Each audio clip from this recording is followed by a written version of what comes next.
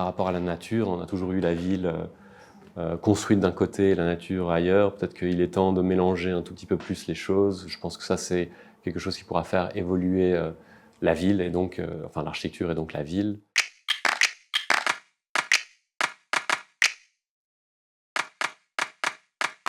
Frédéric Aram, né le 28 juin 1982 à Beyrouth, au Liban, architecte, fondateur de Notan Office.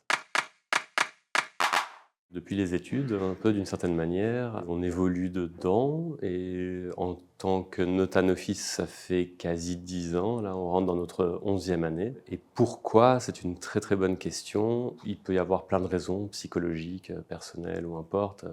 Peut-être parce que je suis né dans un pays qui était complètement détruit, peut-être parce que mes parents étaient architectes, peut-être parce que je ne savais pas quoi faire d'autre. Il peut y avoir plein de raisons, mais maintenant c'est trop tard pour aller en arrière, je pense. Donc voilà, je suis juste architecte maintenant.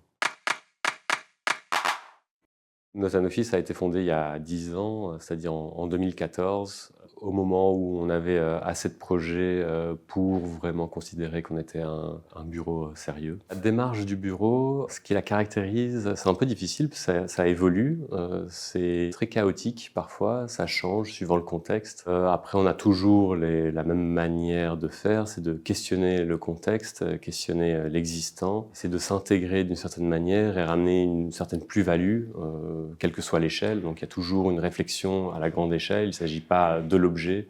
L'objet, si on parle d'objet du bâtiment, résulte d'une analyse contextuelle par rapport au programme, par rapport aux besoins, par rapport à la réalité. Donc l'idée, c'est vraiment de s'ancrer, de mettre l'humain au centre, et de répondre à des problématiques contemporaines d'aujourd'hui, ne pas essayer d'aller voir plus loin forcément. Donc c'est plus un questionnement et une compréhension de l'environnement, du lieu, du pays, de la culture, du contexte et des difficultés et du programme actuel. Duchesse, je dirais, surtout par la manière dont il a été accepté ou publié ou apprécié par les autres, parce que, encore une fois, quand on travaille dans un projet, on a la tête dedans, on est convaincu, on essaie de se convaincre. Il y a aussi le client, les gens proches ou les gens qui travaillent avec nous, qui font bien sûr partie du processus et qui le font évoluer, mais je pense que c'est le projet qui, pour l'instant, nous a ouvert tellement de portes que forcément, Duchesse est un projet très très important. Après, je pense qu'ils ont tous leur importance. On apprend de tous les projets, mais celui-là se démarque bien des autres.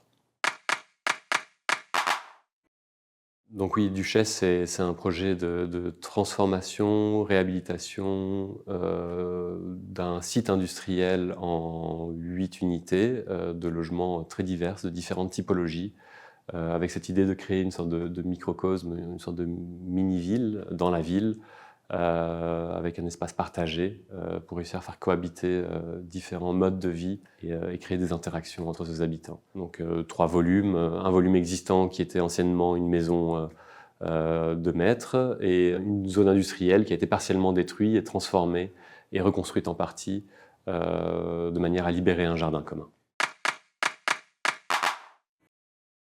Je pense que c'est difficile de se projeter pour les 30 prochaines années. Déjà, on essaie de comprendre ce qui se passe aujourd'hui. Après, c'est vrai que ce qu'on fait aujourd'hui aura des impacts dans le futur. Moi, j'ai l'impression que les enjeux, c'est de rendre la ville plus inclusive. Mais quand on dit inclusive, ce n'est pas inclusive dans tous les sens du terme.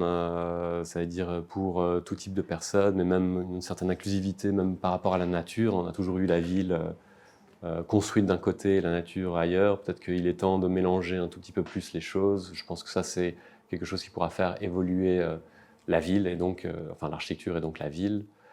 Je pense que ça, c'est un des enjeux, de pouvoir faire en sorte que la ville soit plus accueillante et plus pour tout le monde, et le monde en tant qu'humain, en tant que nature, en tant que bien-être, enfin pour le bien-être des humains, bien sûr.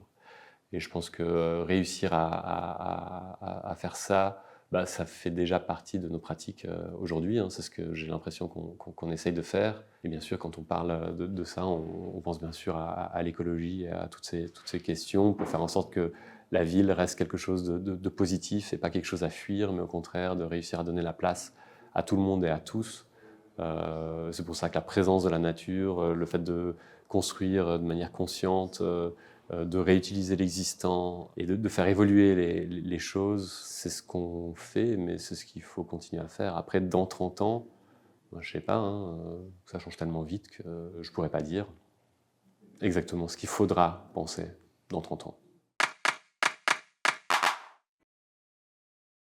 Pour moi, quand on parle d'utopie, j'ai l'impression que c'est old school, quoi. On est en train de parler des années 70, d'avoir des choses utopiques et tout. J'ai presque l'impression que c'est utopique de parler d'utopie et qu'aujourd'hui, on est plus dans le réaliste, quoi. Il y a déjà à réussir à faire des choses aujourd'hui, il y a quelque chose d'utopique, si on arrive à les réaliser, voilà. Mais personnellement, une vision un peu futuristique, si on parle d'utopie, moi, pour moi, j'ai l'impression que c'est un peu le futur, je sais pas, les drones ou quelque chose. Moi, c'est pas quelque chose qui me tente, j'ai l'impression qu'il faut quelque chose de plus terre à terre, plus simple. Donc voilà, je n'ai pas l'impression qu'on peut parler d'utopie. On ne peut plus parler d'utopie, ou je ne sais plus s'il y a des utopies. Surtout aujourd'hui où presque tout est possible et on a vu beaucoup de choses. Je pense que c'est plus une sorte de collage du possible et une vision qui intègre plus de gens, plus de cultures. En tout cas, Bruxelles est un bon terrain de jeu pour ça. Je pense qu'il y a déjà tous les ingrédients pour pouvoir le faire.